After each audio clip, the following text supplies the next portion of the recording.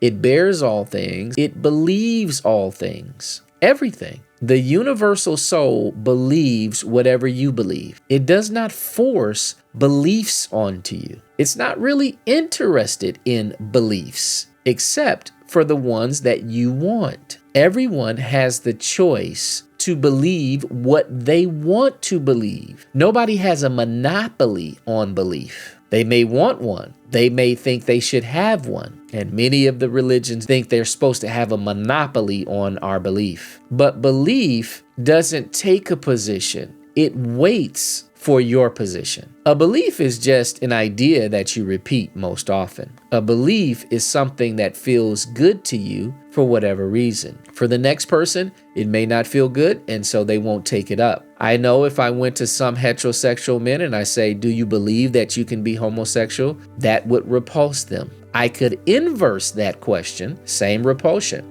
They could not imagine that belief working for them. You know why? Because they both get to choose. In both of them resides the spirit of being, the spirit of love, the spirit of universal truth is present in both of them, sitting there saying, I believe all things. Whatever you believe, I believe. Because only the universal spirit can abide all beliefs. All beliefs are contained within it. The real spirit is always there, always present, surrounding all things. It envelops all things like the universe. Everything is in the universe. You don't have to believe in the universe. The universe believes everything else. Whatever you put out into the universe accepts. It is the space. It is the subconscious. It is the receiver of all things. It believes all things. There is a part of you, the real you, your spirit, that believes whatever you want to believe. It accepts whatever you accept. And that's why it's so important to understand this. Because if you believe that you do not deserve anything good in your life, it will accept that. And that's what you will manifest. If you believe in wealth and prosperity and you fully accept that in your heart, it will accept that.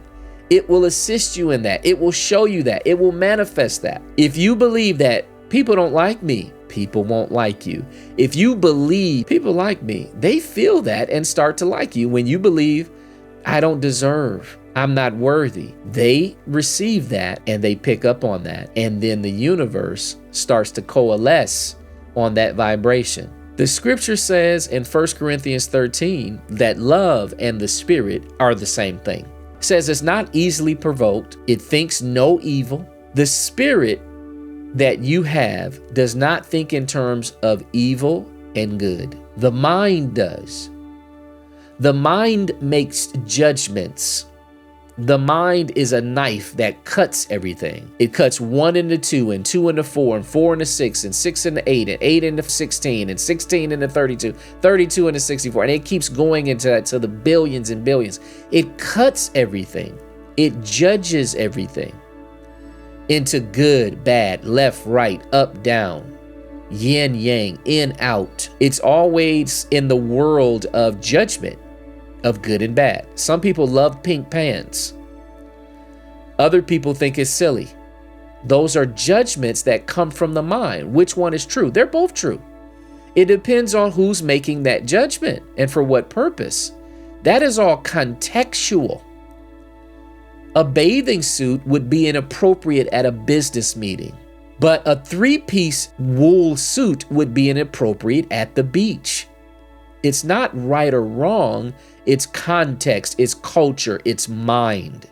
But the spirit is the thing that holds both realities, all realities, the infinite realities of everybody's context.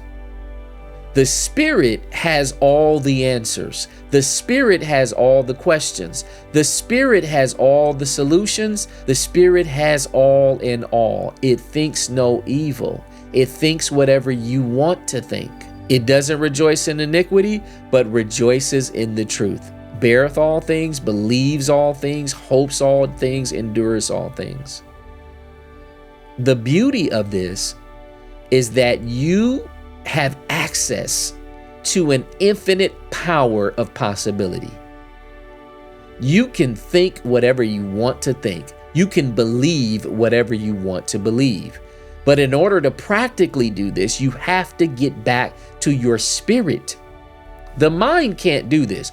The mind has too much memory attached to it. And your mind can't always be trusted because it switches and it changes and it never takes full accountability. A lover was driving past his girlfriend's apartment on lunch on his way back to work. When he looked over, he saw a man entering her building as she gave him a hug. He was furious. How could you do this to me? His mind said. I can't believe her. We've had nothing but a great relationship for this entire 2 years, and she would do this to me? How could she betray my trust? She told me she was working from home today, and now she has a man in her home? He wanted to just keep going to work and break it off later, but his anger would not allow him. He screeches the car around. He makes a U-turn. He drives right up to her door and he raps on the door. Boom, boom, boom. Let me in. Sarah, let me in. She opens the door, startled and surprised. Oh my gosh, I didn't expect you to be here. He says, I bet you didn't, you scoundrel. Who is that man? Scoundrel?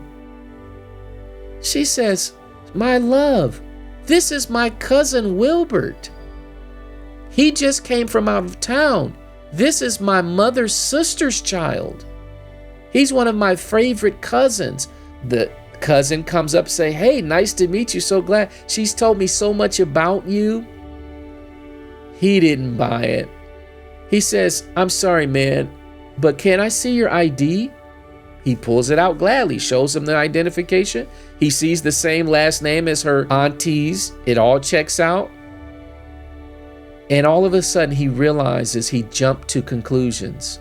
He made a judgment and he collapses in tears. I'm so sorry, my love.